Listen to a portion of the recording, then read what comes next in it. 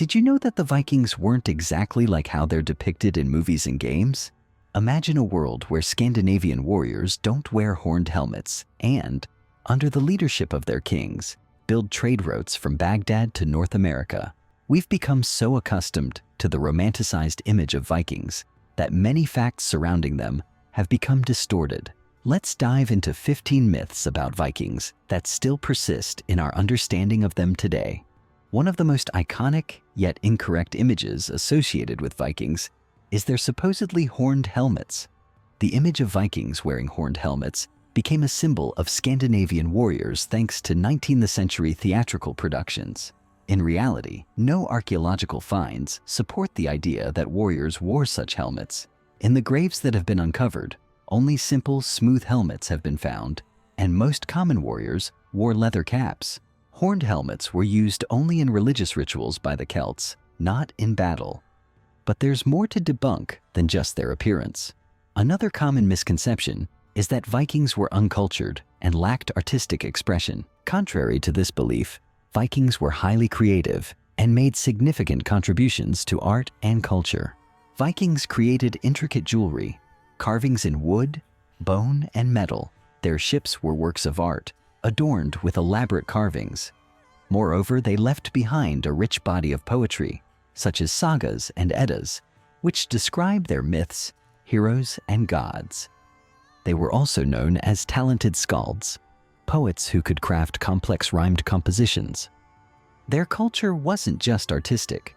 Viking society was also structured with a surprisingly sophisticated legal system, which leads us to the next myth. Vikings are often depicted as lawless savages. However, Viking society had a complex legal and judicial system. Their community was based on the concept of the Thing, an assembly of free men where decisions were made and disputes were settled.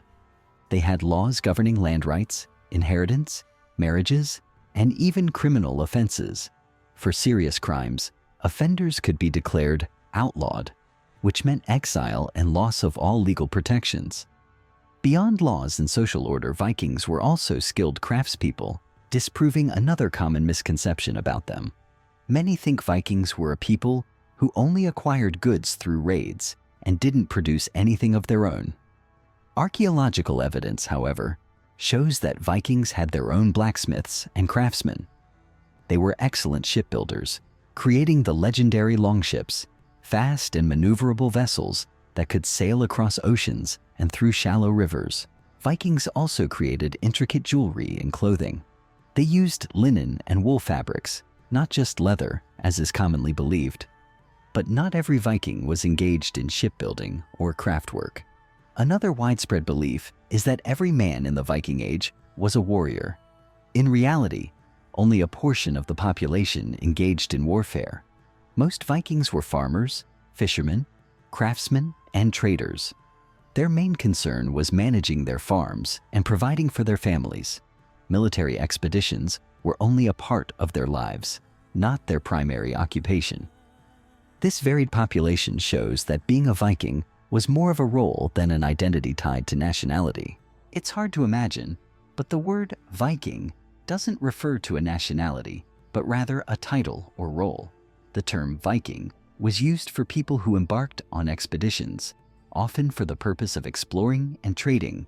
These people were from various backgrounds, mainly Scandinavian, but they also included Slavs, Finns, and even Celts. Vikings did not see themselves as one united nation. Moreover, there was no central Viking state. Rather, they were independent kings and jarls who ruled their territories, sometimes coming together for expeditions. Even though their expeditions slowed over time, the idea that Vikings simply vanished is far from accurate. A common belief is that Vikings disappeared from the historical stage because they couldn't stand up to regular armies, or that they suddenly vanished from history. Neither of these is true. The Viking Age gradually came to a close as Vikings themselves began to settle, form states, and adopt Christianity. Viking raids didn't end due to military defeats, but because of shifting internal and external conditions. In Scandinavia, the process of centralization began, with kings consolidating power, reducing the need for long-distance raids. At the same time, European states improved their defenses.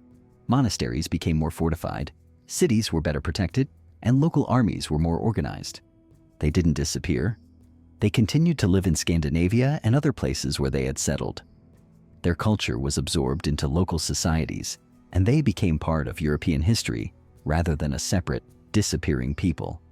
While Viking men were central to these changes, many wonder about the role of women in Viking society. In literature and modern TV shows, the image of shield maidens and warrior women has become popular. In reality, Viking women rarely took part in military expeditions. They could fight if necessary, but their main roles in society were related to managing the home and family. Women were highly respected and had more rights than women in Christian Europe at the time. They could inherit property, divorce, and wield significant influence over their husbands' decisions. But they became warriors only in exceptional cases. Even though Viking women weren't regularly engaged in warfare, Vikings as a whole were renowned for their mobility and travel, both by sea and by land. When people think of Vikings, they usually imagine them on their legendary longships. However, Vikings were not exclusively seafarers. They also used horses to travel overland and often conducted raids, not just by sea, but by land as well. Vikings could sail inland rivers and then ride horses to attack towns and villages far from the coast. Their travels were not limited to short distances either. Vikings ventured far and wide. While the most famous Viking expeditions are associated with raids on England, France, and other European countries, they also traveled eastward. Vikings ventured deep into Eastern Europe, founding cities like Kiev and Novgorod. They served as mercenaries and traded in the east, reaching as far as Constantinople, where they served in the Varangian Guard, and Baghdad. Their expeditions covered a far larger territory than just Western Europe. But their expeditions weren't limited to attacking undefended targets. Historians often emphasize that Vikings selected monasteries as targets because they contained valuable resources and were less fortified. However, this doesn't mean they avoided confronting armies. The Great Heathen Army in the 9th century conquered almost all of England, including major cities, and defeated the army of King Ethelwulf.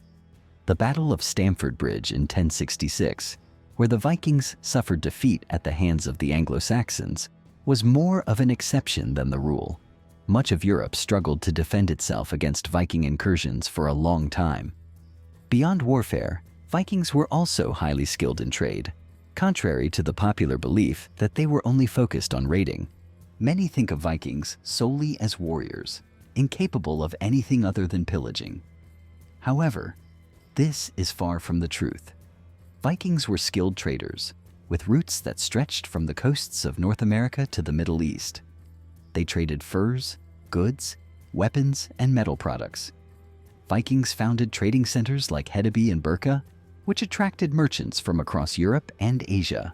Archaeological finds confirm the presence of Eastern coins in Scandinavian settlements, as well as fine fabrics and jewelry.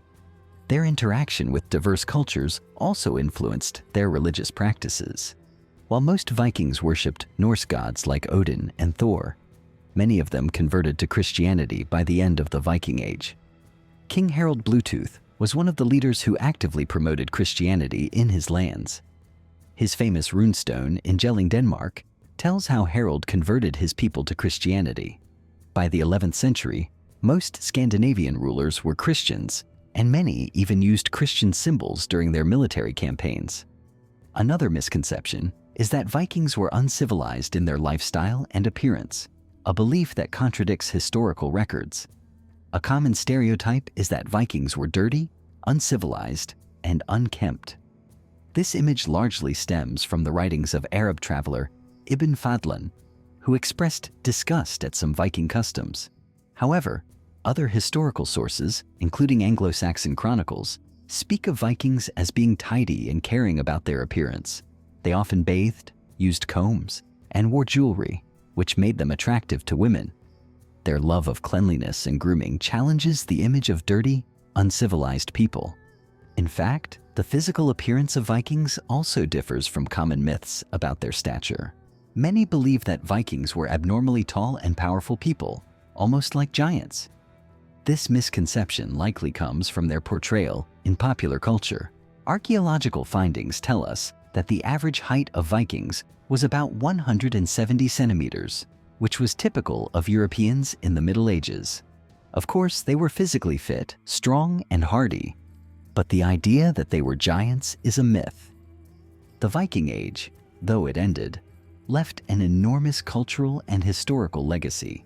Vikings were not just raiders, but part of a process that helped Europe develop. Their military and trading expeditions, cultural exchanges, and the mixing of peoples influenced the formation of modern states. And while their image is often romanticized, it's important to remember that behind the myths lies a reality that is no less fascinating than any fictional story.